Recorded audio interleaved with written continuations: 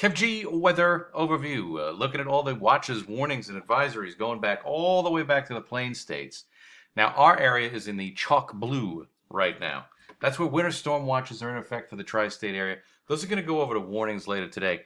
This is a major winter storm. It's affecting over 20 states.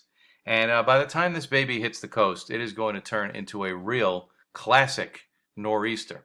And right now what we have is a storm that's just streaking across the country, literally across the country. Started out in California, and now it's making its way over to the Midwest. And this is going to produce a long duration major winter storm around here for the beginning of the week. I don't think we're going to be rid of this storm until about Tuesday afternoon for a lot of places.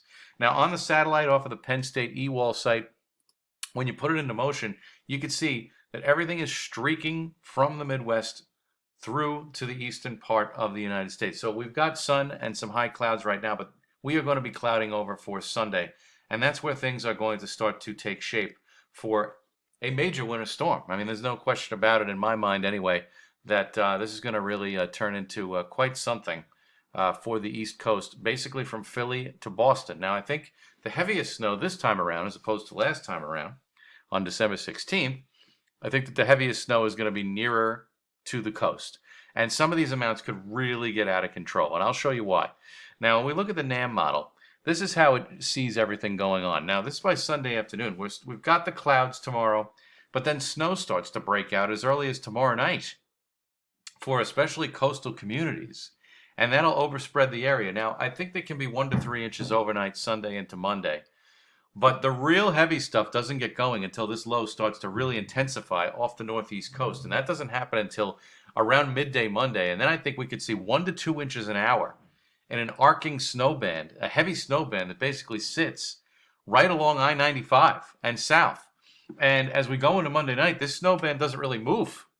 I mean, we're still dealing with at least accumulating snow. I think that gradually as we go through the evening, the snow intensity will start to lighten up, but it won't be after dark probably on Monday night. So basically what you can take away from this is that the heaviest snow, I think, is basically from midday Monday through late Monday evening, and then it starts to lighten up a bit. But here we are out to Tuesday, and we still have low pressure that's east of Montauk, and there's still some accumulating snow into Tuesday. I mean, I think that it'll be on the order of, maybe a couple of inches, but we still will be feeling the storm's effects into Tuesday in some way, shape, or form.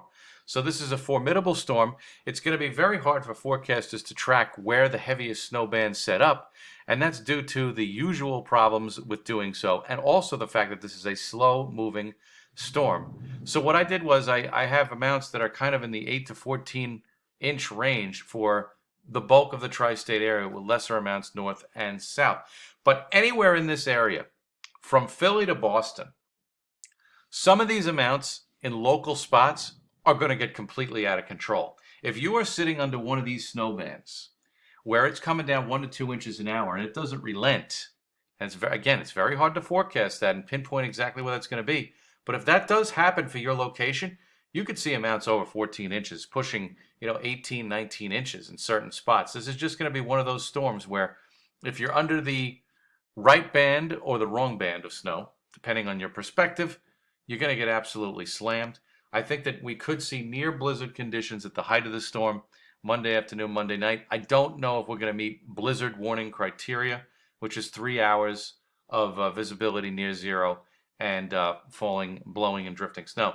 But even though we may technically not meet it, this is a formidable winter storm, and it is going to bring significant impacts for early this week, and I think that the cleanup will take a little bit of time, especially into Tuesday, due to the fact that some areas, particularly near the coast, will be seeing residual snowfall accumulations into a portion of Tuesday. So there it is. A major winter storm is on the way. Stay tuned, and I'll be doing updates during the week for the rest of the week's weather as we go along once we get past this winter storm.